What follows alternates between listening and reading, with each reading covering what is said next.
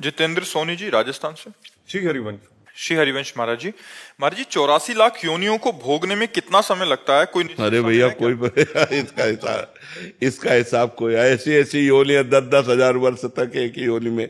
और एक एक जैसे सर्प योनि है, अब उसके कितने हैं, दुमहा कोबरा कितने कितने, अब उसके तो ब्रह्मा जी से बात करनी पड़ेगी हमारे पास तो उसका लेखा जोखा है नहीं, ब्रह्मा जी से बात करनी पड़ेगी, वो बनाते उनको पता होगा, अपने को तो पता नहीं, अपने तो ब्रह्मा के बनाए हुए इसलिए तो अपने को कोई अनंत माया भगवान की है, अनंत योनि। कहने को 84 लाख योनियां हैं, उस योनियों में अनंत। जैसे चींटी तो कितने प्रकार की चींटी, बिच्छू तो कितने, काली बिच्छू भूरी बिच्छू कितने प्रकार की, ऐसे कितनी योनियां, 84 लाख योनियों में एक योनि मनुष्य है, बकाया 83,99,999 योनियों। वो गणित तो भैया किसी को नहीं मालूम। आप ये विचार करो, एक मनवंतर में एक देवराज इंद्र होते हैं, लेकिन वो मरते नहीं है, वो केवल देवराज इंद्र। एक मनवंतर, आप सोचो, एक मनवंतर में वो तो राज्य करेंगे, इसके बाद वो उतार दिए जाएंगे। ऐसे कितने मनु, कितने इंद्र, कितनी बार बदलते हैं। तब ब्रह्मा जी का एक दिन होता है, ब्रह्मा जी का एक दिन, उनमें से प्रजापतियों की सब, ये सब योनियों में ही तो है, 84 लाख योनियों के अंतर्गत ही है।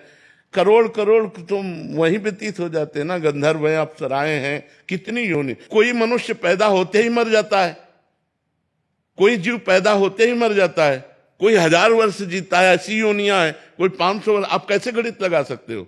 ईश्वर की सृष्टि की गणित कैसे लगा सकते हो? या तो ईश्वर ही लगा सकता है, दूसरी किसी की सामर्थ्य नहीं है। तभी हमने कहा ब्रह्मा जी ही जान सकते हैं, क्योंकि उन्होंने ही रचा, दूसरे की किसी की बात नहीं है। अनंत माया भगवान की, अनिर्वचनीय माया भगवान की है। इसीलिए आगे जाने की इच्छा है क्या?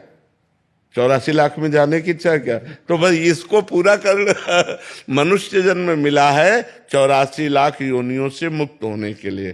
तो यदि हम खूब नाम जप करें, धर्म पूर्वक आचरण करें, किसी को दुख न पहुंचाएं, परोपकार करें, तो इसी जन्म में हमारा काम बन जाएगा। आगे की हम चिंता क्यों करें? इसी जन्म में हम अपना काम बना लें। मनुष्य शरीर काम बनाने के लिए मिला है, और वो काम है भगवत प्राप्ति, वो है भगवान की प्राप्ति। जब तक भगवान की प्राप्ति नहीं होती, तब तक जीव को दुर्दशा भोगनी पड़ती। बड़ी विचित्र दुर्दशा, बड़ी विचित्र। अब कुत्ते का पैर फंस गया मोटरसाइकिल में, अब 10 जगह से टूट गया। अब वो मोटरसाइकिल तो गई, अब वो ना वो अस्पताल कोई ले जाएगा उसको, ना कोई टेबलेट लगेगा, ना कोई इंजेक्शन लगेगा, पीड़ा ही पीड़ा सहते सहते साल 6 महीने में वो कढ़िल कढ़िल कर चलने। क्या योनियों को कष्ट है। मर जी, ये हमें समझ क्यों नहीं आता? हम देख रहे हैं दुख को, हम ये जान रहे हैं, गुरुजन कह रहे हैं कि मनुष्य जीवन इतना इतना कठिनता से मिलता है। 3 गुण जो माया के है ना, ये त्रिगुणात्मिका माया, सतोगुण रजोगुण तमोगुण, ये ऐसे प्रवाह हैं कि अभी आपको, जैसे हमारे सामने बैठे हो तो सतोगुण है, सात्विक वातावरण, तो आपको बात समझ में आ रही, यार जीवन का लक्ष्य भगवान की प्राप्ति हो। जहां बाहर हटे, रजोगुण तमोगुण का फोकस आया, तो स्त्री अच्छी लगेगी, धन अच्छा लगेगा, पुरुष अच्छा लगेगा, पद अच्छा लगेगा, ये सब अच्छा लगने लगेगा, और यही सत्य लगेगा संसार में। नहीं तो जैसे सोचो, मरोगे तो तुम्हारा शरीर छूटेगा, सब छूट जाएगा। क्या ये बात आप सब लोग नहीं जानते हो? सब लोग जानते हो। फिर पाप क्यों करते हो? फिर कामनाएं क्यों करते हो? फिर प्रपंच क्यों पाल रहे हो? जाना है यार, रहना नहीं है, सबको जाना है, लेकिन सब दिमाग से यहीं की व्यवस्था में लगे। वहां की व्यवस्था कोई नहीं कर रहा है, कोई बिरला वहां की व्यवस्था सोच रहा होगा। नहीं, अगर हम जब तप भी कर रहे तो ये कह रहे हमारा लड़का बहू अच्छा रहे, हमारा बेटी दामाद अच्छा रहे, हमारी ये कामना पूर्ण हो जाए, हमारा वो काम पूरा हो जाए, बस इसी में हम लगे। यहाँ का कभी मर जी, देखी जाएगी जो होगा, कल किसने देखा, आज भोग लो। आज तो जब देखने को मिलता है तब देखने लायक नहीं रहते। कर्मों का फल बड़ा विचित्र है, इसलिए डरो, पाप कर्म मत करो, भगवान का नाम जप करो।